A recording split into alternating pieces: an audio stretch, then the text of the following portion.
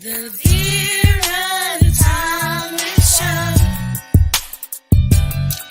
The Vera Thomas Show. The Vera Thomas Show. The Vera Thomas Show. Let's talk about it. Let's talk about it. Let's talk about it. Let's talk about it. Let's talk about it. Let's talk about it. On the Vera Thomas Show. Let's talk about it. Yeah.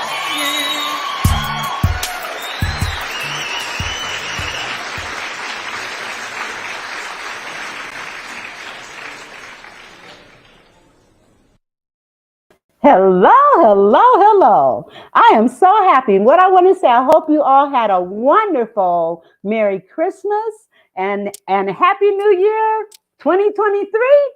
We will all prosper and succeed. I am so excited today, and I'm excited about my guest, Mrs. Sandy Rodgers. Hello, Sandy. Hey, Vera. Hey, everybody. It's so great to be here with Vera. I am so honored that you're here. And before we do anything, let me share with the audience a little bit about Sandy Rodgers, All right. Reverend, author, radio personality, film producer, life coach, Reiki master, teacher, practitioner, corporate trainer, master gardener, energy medicine practitioner, and certified raw, whole food, plant-based educator. Born and raised in Watts, California, she is fully invested in wellness as a social and human right, actively working within marginalized populations. Her journey into helping to empower and change the mindset of people began when she was just 11 years old in Watts, California. She had the distinct honor of being an active, original, founding member of the Student Committee for Improvement in Watts, also known as SCFIW. The contributions to the community has been documented in several mediums, including the Watts Towers Arts Center. She has survived two Los Angeles riots in her lifetime in the 1960s, the Watts riot then, and in 1992, the riot that occurred as a result of the beating of Rodney King. Reverend Sandy, areas of interest are empowerment, spirituality, community and family, wellness, emotional healing, nutritional health, and energetic well-being. She is a seasoned radio host, and she with heightens awareness around diverse social topics, nutrition, and spiritual enlightenment. She develops publications, programs, and audio projects and other sources. She remains a willing servant of humanity, believing that every voice should be heard from a personal place of feeling like an invisible person. Sandy has dedicated her life to making sure all others are able to share their unique story with the world. Her early childhood, she has dedicated her life to providing a platform so that all others are allowed without exception. And I am not going to read anymore because I want to start talking. We got a lot to talk about. A lot to talk about. And I know that you are a multi-time author. And what I'd like for you to do is take some time and share with our audience a little more about Sandy Rodgers, your books and what it is that you do and that passion that you have. You and I are friends. We've been friends since I moved here to Georgia. And I'm telling you, this woman she walks the talk. Let me tell you, she walks the talk. Health and wellness is so important to her. And she tries to make sure that other people become educated about food, our diets, and all those kinds of things. And I just love her. I just love you, Sandy. Thank Okay. you. All You right. know, the So feeling is mutual. yeah. So And I'm gonna give you the floor and let okay, you talk. thanks, Vera. You're such a gracious person to invite me on your show. I truly appreciate this opportunity.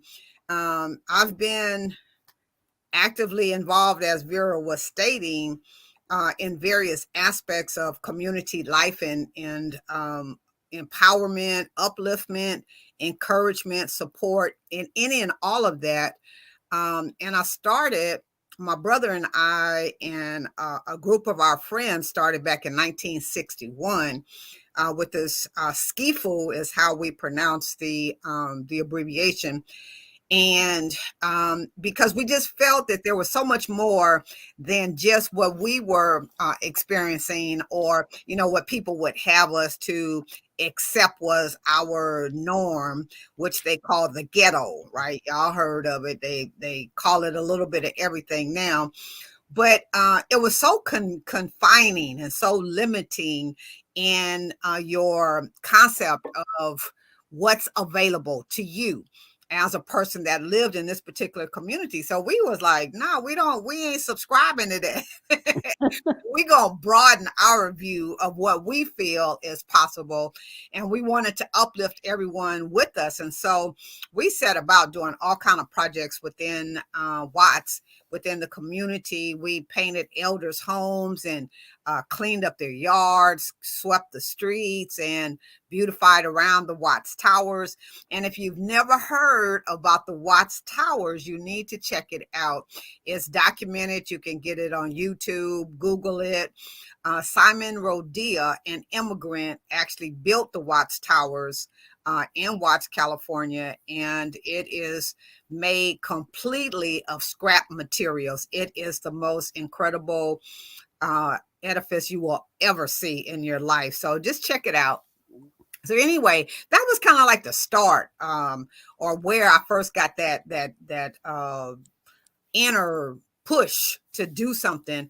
And I have learned and have broad knowledge of a lot of different subjects, because I want to be available to help a person from wherever they stand in need of. So if it's how to grow food, how to cook food, what to put on the plate, or how to deal with this mental, that monkey mind that's going all the time for most of us, because we can't center. And how do you get centered in, just concentrating on the one thing?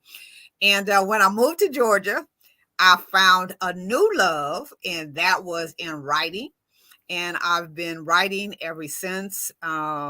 And I believe my first book came out in 99. And I've been writing ever since. I have 25 different titles on Amazon and on my website. And I like to talk about real life things. So I'm not one of those making up stuff. Life in itself is pretty colorful. And so, Absolutely. yeah, right. So and Vera has helped me out so much in helping to be an editor, and putting the thoughts, helping me to make sure that they're logically stated in the books and things like that. And so I've written everything from All My Men, which documents 91 males in my life, from my two grandfathers down to two ex-husbands and some other romantic individuals, and my son and my brothers, and those that I've adopted into my life. And just, the one unique aspect of that book is there's not one negative word talked about any of the men, that's spoken about any of the men. And you don't get that, you really didn't get it back in the 90s, where there was, such a positive account of men's lives. Well, I was a tomboy, and so I was always around, kicking it with the guys, and playing them in sports, competing with them, and things like that.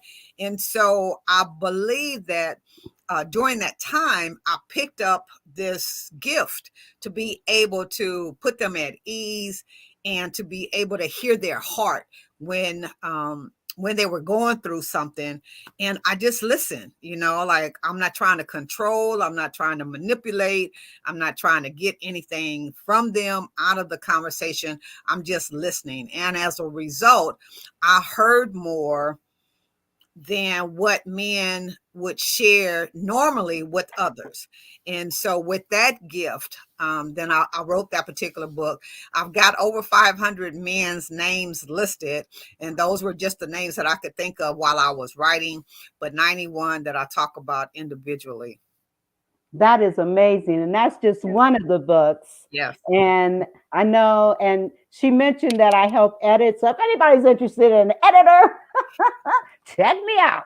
But anyway, you've got the book that we really want to talk about today is The A's Habit. And you have a copy of that in front of you by any chance? I do. I thought you might. I was a Boy Scout commissioner, so it was always be prepared. Always be prepared. The A's Habit. Abandonment, abortion, and addiction. Yes. We're going to be talking about all three of those things. And I know that you've been doing Clubhouse. Yes.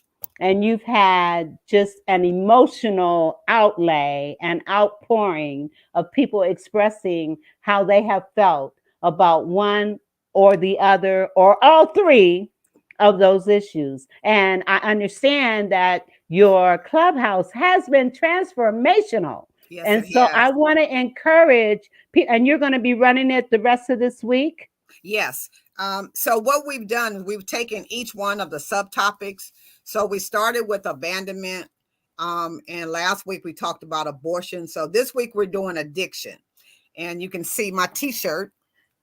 Oh, I love it. So I've got t-shirts that I had a awesome graphic artist to develop t-shirts so that I can, also instigate a conversation by people saying, oh, what's that you got on your shirt? What does that mean? That's awesome. Yeah, thanks. And so,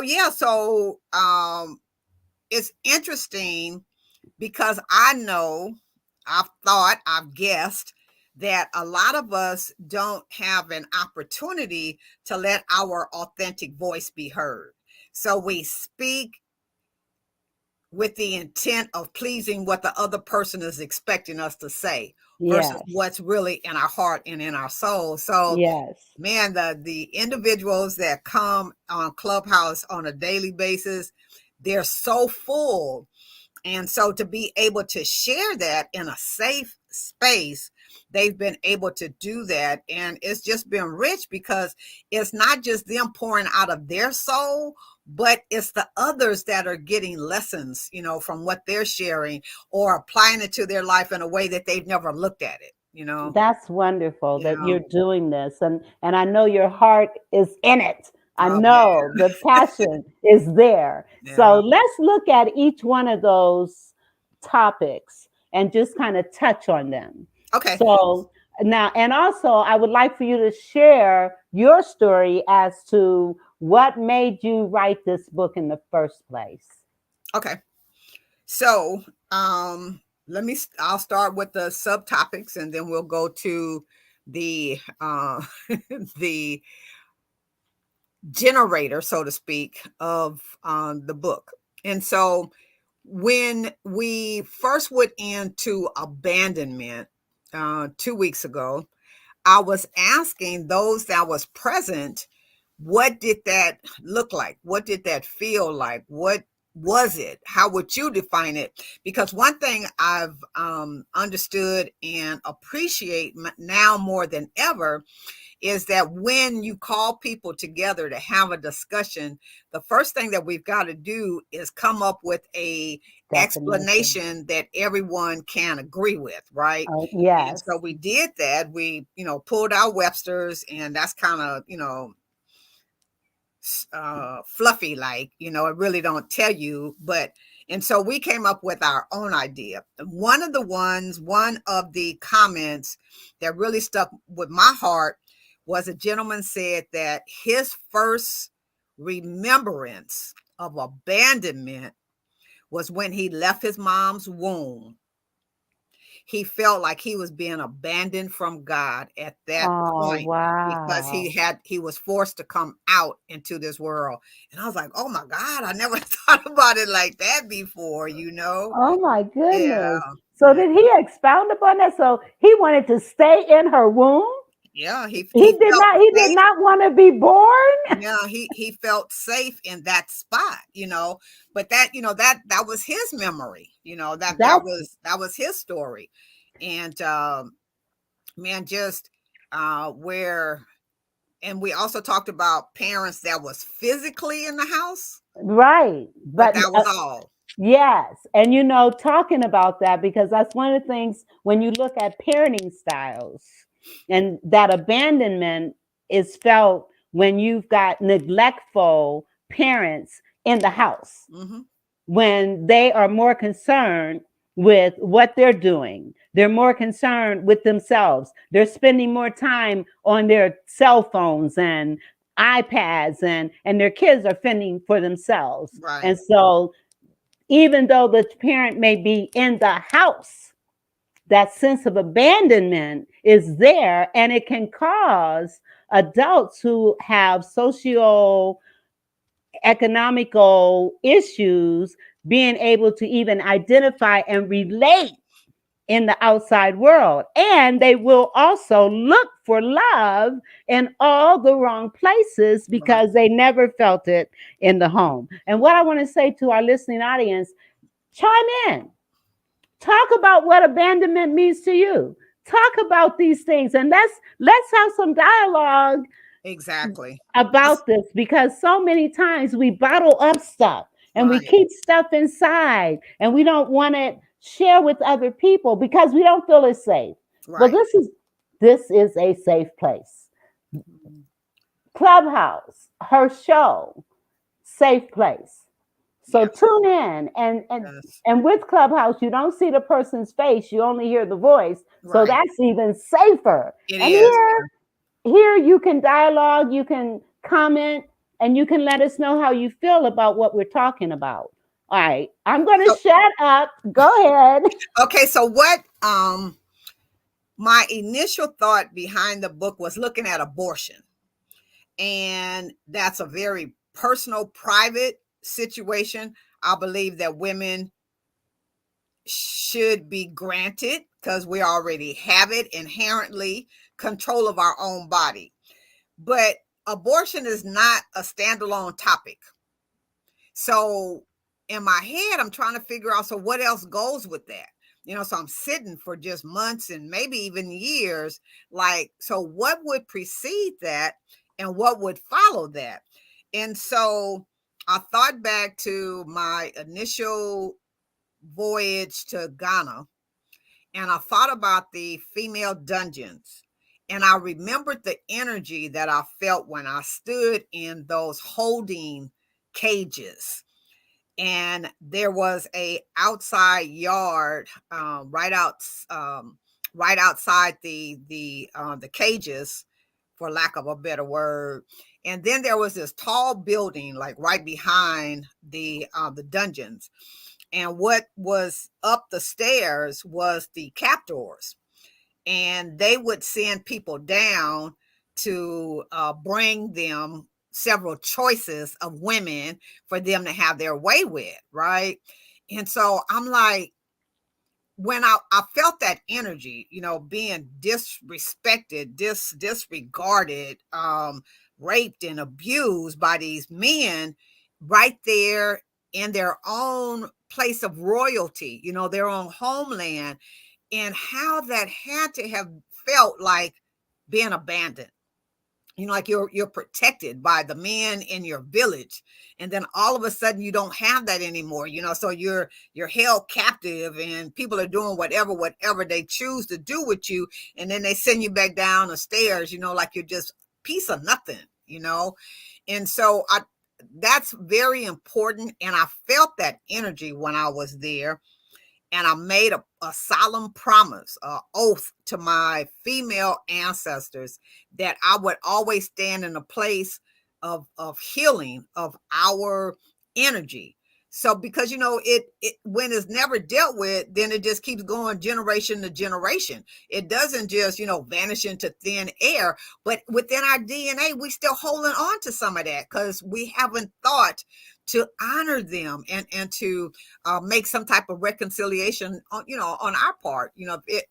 A prayer, lift them up in prayer when you're saying your prayers, for the ancestors that I never knew, the females in my family and your family and everybody, surround them in a healing love. And we can, start turning that around. And so then we got into the abortion last week, and it was just so interesting, the thoughts that people had around abortion. Some of the listeners that called in admitted to having multiple abortions, followed by miscarriages, then combined miscarriages and abortions. Some used abortions for birth controls. Some never really thought about it. Some had been carrying around a guilt around the fact that they had actually aborted a human being. And then we were even talking about some of those procedures. You may remember, Vera, where they started calling it a DNC, where they were Yeah, scraping out, right? It was an abortion, but they didn't call it that. So they lessened, right, the severity of that, but it was an abortion as well. So yeah. we just bringing up all of this stuff and getting it up and out of us, and making suggestions as to, and they're in the book, having a naming ceremony or um, a life celebration, celebration, or whatever you want to do, just to recognize that, name the baby, and if you don't have the sex, like one of the persons suggested, well, name them one of those, that could be a boy or a girl name, so just so that you recognize and honor that life force that was here. And And so, I want to ask you because you mentioned something about people using abortion as a way of birth control. mhm, That is, I want to, and I know now that we've got all these problems with um, abortions being banned in a lot of states. I I want to just touch on that for a minute. And what would you say to young people or to anybody, not just young people, anybody that is looking at abortion as a means of birth control? okay. What we got down to was that in my home and in a lot of other homes, there was no sex education. So a lot of people were told these really ambiguous stories about. So my health education in high school was, in order to not get pregnant when you go on a date with a boy, is you put an aspirin between your knees and you hold it there the whole time you're out on this date. So, when you get something like that, that is supposed to be educating you on, the changes in your bodies, now you start really, you feeling all of this stuff that you ain't never felt before. Nobody's addressing it. So you go over in the corner and you talk with your little girlfriends, and y'all trying to figure it out. And whoever think that they know the most, they're gonna be the ones that gonna really get their point across. And it may be totally wrong. And so what we said was that still happens now. Yes. It still happens where the honest truth is not being shared. And that's why, because the young lady that actually used those words to describe her situation, I would have never thought it. She is happily married with 5 or 6 children. She her whole family is very active in the church. But when she first started out, and then, you know, we don't even know what being sexually active even means. You know, if nobody's talking to you about sex in your house, what the hell, you know? So so she said she got pregnant at 17 and she had an abortion. She got pregnant at 22 and she had an abortion. Mm-hmm. She didn't know. She didn't know that there were other things to do besides just have an abortion, that she could have prevented it in the first place, because her mother didn't talk to her about it either. And see, and you know, the thing is, we cannot blame young people for those kinds of mistakes if they've never been told what to do or what it is or how to prevent it. And so, and I know we got so much more to talk about, but I have a couple of commercials. Yes, I need to share a commercial right now. Okay. So I gotta get the bills paid. So let me share. Let me share it. Hello, everybody. I am Dr. Tina J. Ramsey, and I want to share with you about CTR Media Network. Have you heard? CTR Media Network is a new standard of podcasting with over 30 plus podcasters. We reach 350 million global listeners worldwide in over 50 plus countries across all major podcasting and social media platforms. We have featured over 1,000 guests. What we specialize in is helping business owners, entrepreneurs, coaches, and fellow podcasters expand their visibility on our platform. We're all about positioning with visibility, connections, and teaching you how to monetize what you do. Let me tell you something. If you're a business owner, we have sponsorships opportunities. We have commercial slots. We also have opportunities for you to be a featured guest on any of our shows. So what are you waiting for? CTR Media Network is who we are, and this is where you need to be. So go to ctrmedianetwork.com and click our store feature so that you can see which opportunity fits your life and your budget so that we can get started working with you today.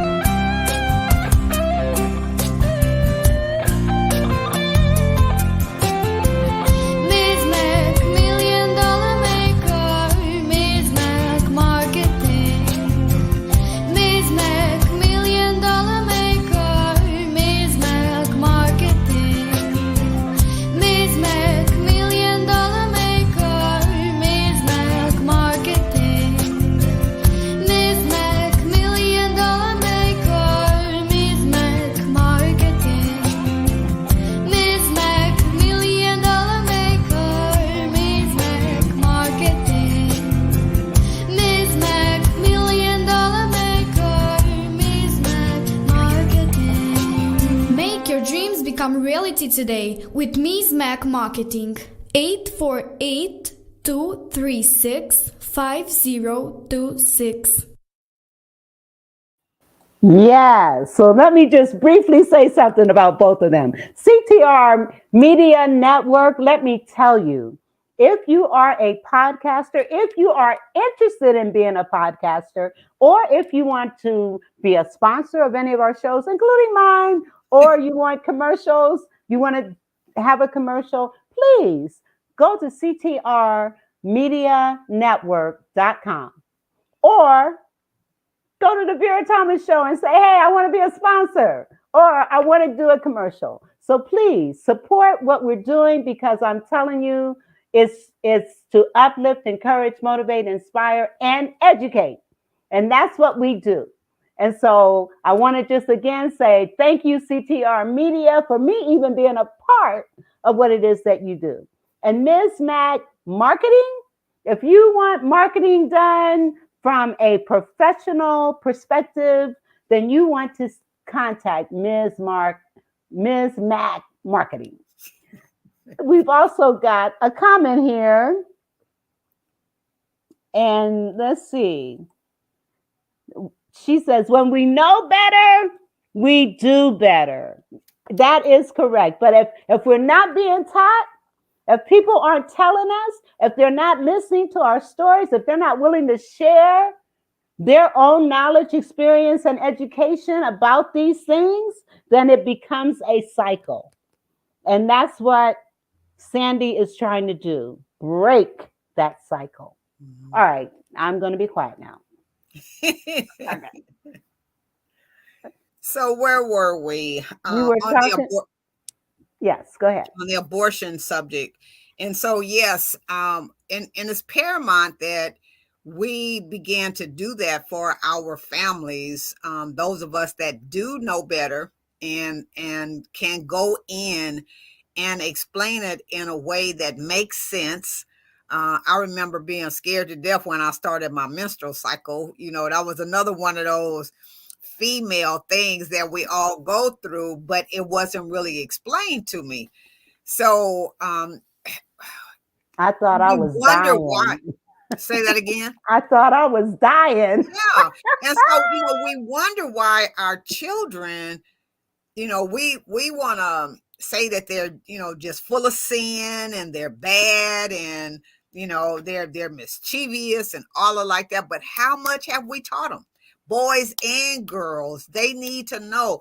A young man need to know that when he start having erections, then he can start ejaculating. Guess what? He can spit them sperm out, and that could create a baby. Because a lot of people, myself included, thought that you can't get pregnant if you just have sex one time, or you certainly can't get pregnant the first time out, because of whatever. But it's stupidity is what it is. It's ignorance, and not from a degrading standpoint, but you don't know. And if you don't know, you just don't know. So I believe that was really a very pivotal point for all of us last week, in that abortion portion was to talk about the education and how we pass that down to where it makes sense to the young people that we're talking to. And it don't have to just be your family. It could be the kids in the neighborhood, the kids at church, the kids in your community group, whoever is listening that you have a rapport with is the one you want to talk about too. So I did that for my family. It seems that I was the best suited to talk to the girls because I only had a boy. So I talked to my sisters and my brother's children, especially the girls, about the changing and the development of their bodies. But yeah, it carries a lot of emotions with it. Mm-hmm. Yeah, so let me ask you, for parents that may be out here listening and they're not comfortable starting that conversation, how would you suggest to them that they start that process? Do you start with questions, or do you start by tell me and tell our audience, how would you start such an uncomfortable conversation? Well, I would do it one of two ways. I would either say, look, I was so raw. I was so stupid when it came to the changes in my body. And my mom wouldn't talk about it. I couldn't talk about it at school. And you dare not, mention it at church. And so I would like to just, start a conversation with you if you have any, comments. And they'll probably say, no, me and my girl, we got it together. We done learned all of that. And so you may bring something, something real and raw, and put it down in front of them and be like, well, have you ever thought about that? And just so that they know that you got some kind of sense, something, because we never, and I was there. When you were a kid, your parents don't know nothing. You the only one that got any sense, right? Exactly. Know everything. Or have another female, to come over, and you guys sit down and, be having a loud enough conversations for the other younger young ones in the home to hear it, or ask that person to, to strike up a conversation. So, and I think it's easier sometimes when it's not the mom, when it's, because they feel more comfortable with somebody else, even with a grandmother though. And that's interesting because you made a key point. Share your story. Mm-hmm. When you're willing to open up and share some uncomfortable things about yourself, it makes it pretty easy. It makes it easier, I should say, Yeah. for the other person to open up and share, because they'll see, well, she's being authentic, she's being open. Right. She's sharing things that she may not really feel comfortable sharing, but she's doing that to get my attention. And Exactly. so by sharing your story first is a point. Mm-hmm. And then asking them how they feel about it and those kinds of things. That's okay. So we're saying this because it's very important that we change the Yes. trajectory of what's going on right now. I remember in Ohio, there was a high school a few years ago where 50% of the girls, 50% of the girls got pregnant. 50%, half the school walking around pregnant. And it's for lack of education, lack of knowledge. So Sandy, go ahead. But you absolutely right. And what I say about the biggest difference between life today for the teenagers and life when we were coming up as teenagers is everybody got a cell phone, and Yeah. you get the news like that quick. Hell, it could have been 50-60% when we were in school. From what I'm hearing from people, it probably was, because I believe most of the ladies that have been sharing are more mature, and they're coming on saying like, oh man, shoot, by the time I was 20 I had 5 abortions or something. Oh my. And they don't, but it's not a bad thing. That's all I'm saying. It was a form that was available for them to rectify a situation they had gotten themselves into. That cause one lady said that her mom, when she first started her menstrual cycle, told her, if you ever come home pregnant, there's going to be 3 people in the room. It's going to be you, me, and Mr. Hoover, because I'm going to suck that sucker right out of you. Ooh. So, it's, and our parents, I have so much compassion for them, because, they came from a time when they weren't allowed to speak or to ask questions, and you dare not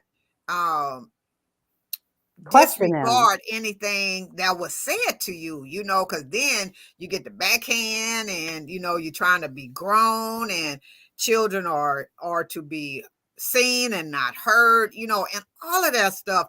And so we can't blame them, and I don't, although I once did. But in the process of looking back, man, they had their own demons to fight, and they were trying to do that to survive, right? Yes. So now they got the responsibility of raising children. You're like, what, dang? Yes. Yes. And I do want to acknowledge the person that's doing all this responding. She's my cousin. Oh, no, that's okay. Yes. So I'm trying to look at it, thank you. And she says our parents didn't do wrong. Right. They forgot about when they were young. Yeah. It's a different era now, Exactly. and the fact that it is unacceptable. I shouldn't say unacceptable, but for parents to take on that authoritarian persona by saying you don't talk, children are to be seen and not heard, do as I say, those days are over, because kids are intelligent now, and they need their voices heard. But children were intelligent then as Yeah, they well. were. But Yes. the situation, and Dr. Joy DeGruy, I think, does one of the best explanations, is our parents, they were coming up in an era where they were trying to save their children from being murdered or raped and abused by the plantation owners and things like that. So it wasn't that they were doing it to cause us any harm. They were doing it just for the opposite reason, to protect our butts, And so when we came out of that era, though, when we came out of that harmful situation, we didn't adjust our language. And if we would have adjusted our language, I think things would be a little different now. But because we didn't, and we still in that protection mode, but we don't have voice, for with the words, that explains that we still kind of are off target with our communication with our children. Yes. And now we talked about abandonment. Mm-hmm. We've talked about abortion. Now let's talk about addiction. And you also made note that the three kind of go hand in hand. They do go hand in hand. So let's talk about that. Okay, so addiction is when you. So Webster defined it as when you give yourself up to a very strong habit. So we've been talking the last 2 days about that being food, cigarettes, drugs, prescription medications, procrastination, workaholic, just all of this stuff can be addiction. So sometimes we want to narrow it down to just one or two things, but anything that you do overly, or it has your life out of balance, then you can be in that zone of being addicted to that one thing. You can be addicted to sugar, you can be addicted to salt, you can be addicted to Lay's potato chips. You can be addicted to a lot of different things. And what's been one of the key memories or aha moments that a person had just yesterday was that he said he was a workaholic, and that he felt that stemmed from his early childhood years, where people would do things for him, but they always came back. Now, you remember what I did for you, and so you got to pay me back, kind of like that. And so he was just like, oh, I ain't having this. I'm not going to be owing everybody my whole life, So he then started working and working and working and working and working. And so he, just all the time, he just always forever working, sleeps 2 or 3 hours, and then he's back working. And then he said, I have a pathway from my front door through my kitchen to my bedroom. And then I have a pathway from my bedroom to my bathroom. He said, but I got all this other junk everywhere. So a person does not feel comfortable coming in my home, but I'll invite them in, And he made this statement. He made this observation of his own actions. He said, maybe it's not that I'm a workaholic. Maybe I'm creating barriers to people staying around me, hanging around me, being attached to me in any kind of way. That's very interesting. Isn't it? That's very interesting for someone to, well, first of all, awareness precedes change. And for him to recognize, and he's probably wondering, why don't I have a lot of friends? Why don't people hang around me? Well, we put up these facades and these barriers that tell people, Dr. Phil says, we teach people how to treat us. And so when you've got barriers, you're teaching a person that you really don't want to communicate. You really don't want to socialize. You really don't want a relationship, and so his barrier was not only being a workaholic, but he physically put into place barriers to keep people on the outside. Right, We got right. another comment coming on. Let's see what Okay, that is. okay. Dr. Tina Ramsey. Hello, hello. How can you donate to my show? Oh, right. Let me tell you. Take care of I business, will, girl. yes, I'll gladly tell you how you can go donate to my show. You can donate by Cash App, Instill Great. And if anybody wants to donate, please help support this channel. We do need your support. We really, really do. So you can donate at Instill Great. That is the Cash App, $ Instill Great. And then you can go to Zelle or PayPal, and it's instilling greatness 1117 at gmail.com. And again, we need support of our shows because this is a part of what we do, and our gifts should make room for us. So please, by all means, support. Thank you, Dr. Tina Ramsey. I Indeed, really indeed. appreciate it. Yeah, that's smooth. Yes, that was. I Love love it, it. love it. All right. All right. So now I would like for you, let's get back on this topic here. Okay, And so we're talking about addiction. And one of the things that we've mentioned already is work addiction. right, right, And you gave an example of what that looks like. right. And But let me so, tell you, let me just put a period on the end of that sentence. So as this person is sharing his story with us so eloquently, because he's like having a real aha moment, like, wow, let me tell you what I just discovered, right? So I'm looking down at my desk, Vera, at my to-do list for this week. And I'm like, oh my God, I ain't got no white lines. I ain't got no white space. So if I'm saying that I want to have a relationship, I have no place for the relationship to be. wow.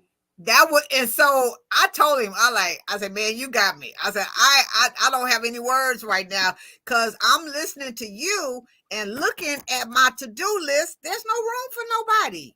So Wow. we really, really are put into a place to be able to make those observations about ourselves. So we're not standing in anybody else's judgment or classification or categorizing, like what we should be doing and things like that.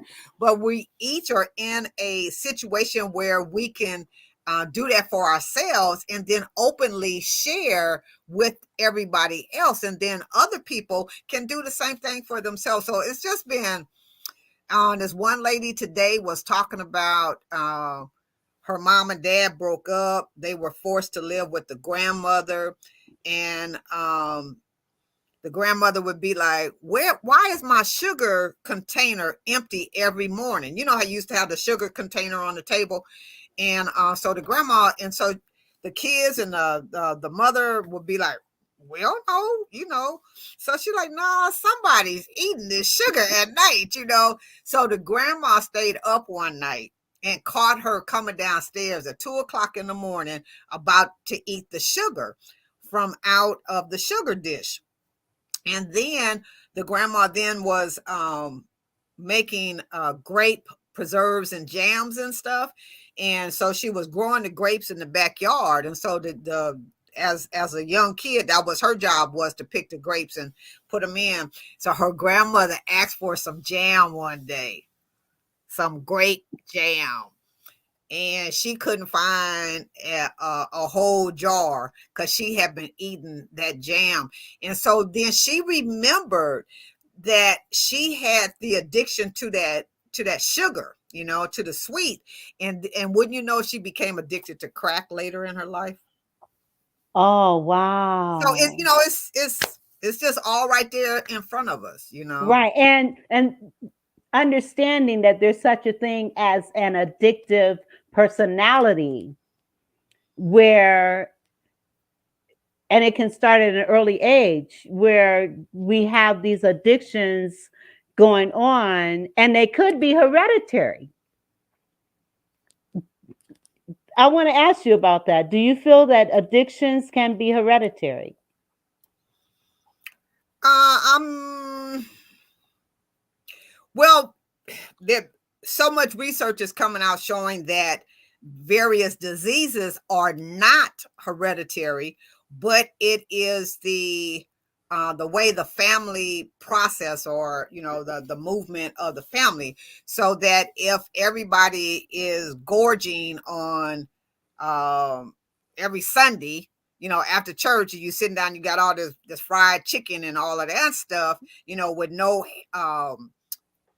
raw food in its raw state on the table, but everything's cooked with, all the grease and all of that kind of stuff in it, that could have an impact on your diabetes or your high blood, your blood, your high blood pressure, and your other cholesterol rates and things like that, right?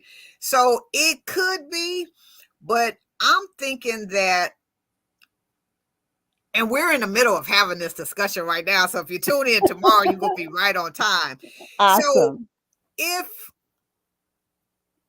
if you have a situation or a personality, a control, where you want to control things, want to control the outcome of everything, you just got to be, like in over it. And if you can't have that as a child, maybe that's when you start doing all these other things, like overeating, because nobody sees you. That's your own little private thing, and you're in complete control. That's why she was eating all this, a thing of sugar every night. Hiding it at that, hiding it and eating it. Oh my goodness. Now So I'm go ahead. go ahead. No, Go I'm ahead. good. So it's just amazing, how, because we haven't even gotten into the clinical part of addictions, and how it's treated and things like that when you talk about the real hardcore drugs and things. But the sugar, it's crazy. It really is addictive, and it really can cause serious damage to your body. Yes, and I know we're supposed to be talking about abandonment, abortion, and addiction. Well, let's come back to the addiction, because sugar. I want to get on the health and wellness piece with you for a minute, Okay. because we cannot end the show and not talk about your health and wellness, which is so much a part of you.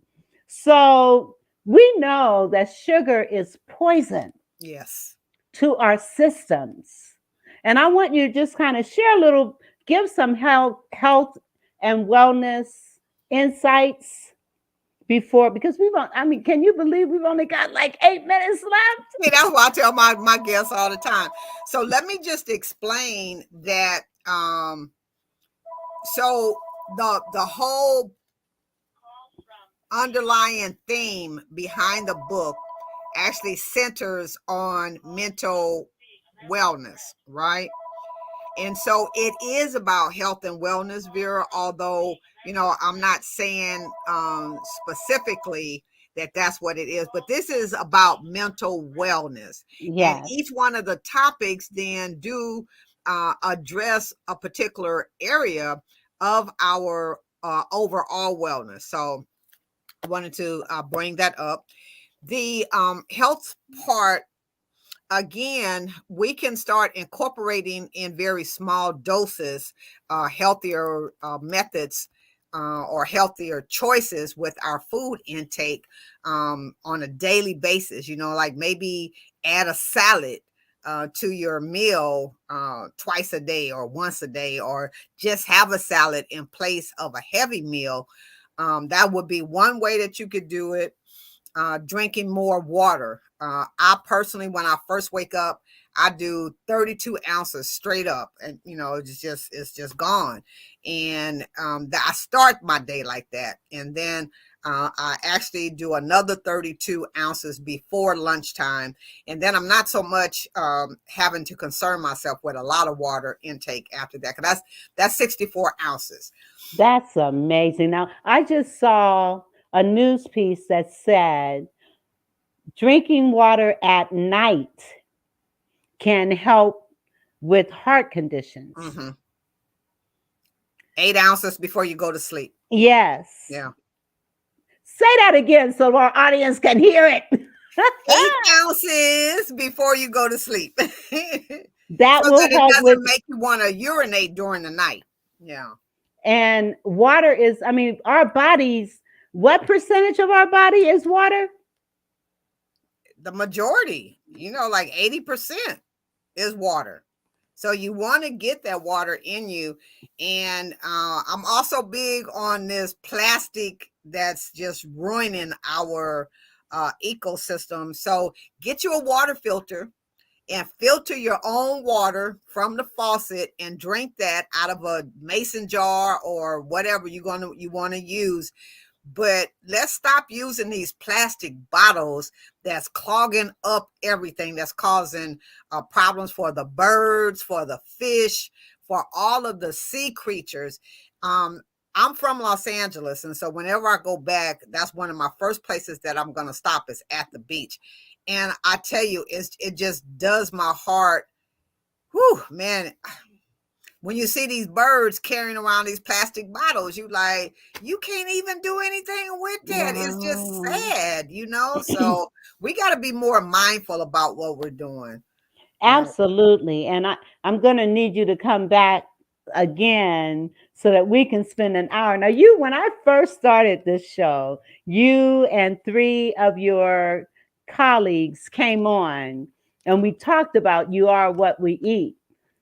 And that show is replaying now on podcasts because it's such an important. It's important. We don't realize how much our food intake impacts on our health. Right. So, go ahead. So, and they were on my show last week too. So I just want to give a quick little shout out. So next week, a week from today, I'm doing a virtual book launch on my radio program, which is on Blog Talk Radio. It comes on at 9 p.m. Eastern Standard Time, 9 to 10:30. It's 90 minutes. And my book, which is normally priced at $19.95, is marked down to $11.95. So that's a 45% discount. And you can get it through Amazon. But you may want to go ahead and do that. It's called The A's Habit, Abandonment, Abortion, Addiction. And join in the discussion next week. Perhaps you would have thought about something you wanted to say between now and then. It's blogtalkradio.com/Sandy Rodgers. And that's, I don't know if you can see it, SANDYRODGERS. You can come on that way or call 516-531-9819. All right. And now let me ask you, is that information in your link tree? The what? The book? Yes. The book, but also your radio show? Yes. Okay. Yes. So if you go to her link tree, that's why I didn't put all that other the other things. If you go to her link tree, it's linktr.ee/Sandy Rodgers. Yeah. You will find her books. You will find articles regarding health and wellness. You will see the link to her website, which gives a wealth of information. You will see information about her radio, Blog Talk. And this has just been amazing. Thank you. This has been amazing. Thank you for being an editor of my work, man. It just made it come to life. I appreciate you so much, Vera. Oh, well, thank you. Thank you for allowing me to be a guest on your show tonight. Well, thank you for being a guest on my show. And I'm going to give you the last word. Be well. Be happy. Take good care of yourself. Amen. Well, listen, we're moving on into the new year. I know, right? Yes. Happy New Year to you, Sandy. Thank you. And I want to say to our listening audience, may 2023 be the year that we prosper and succeed in 2023. Yes. Well, listen, thank you. I want to thank our listening audience for being here, and tune in next week for another. As a matter of fact, next week I'm doing a 2-hour show because I've got a very special guest that's coming on in that second hour. Both the guests are special, but I'm doing a 2-hour show next week. So be ready for that as well. And I just want I'm so excited. I know 2023 it is going to be the year for me. There you go. I'm excited. I'm claiming it. Well, listen, God bless you all. Thank you so much. And Sandy, if you would hold on after we end. So God bless you all. Happy New Year. We'll see you next year. Yeah, stay blessed. The Vera Show. The Vera Show.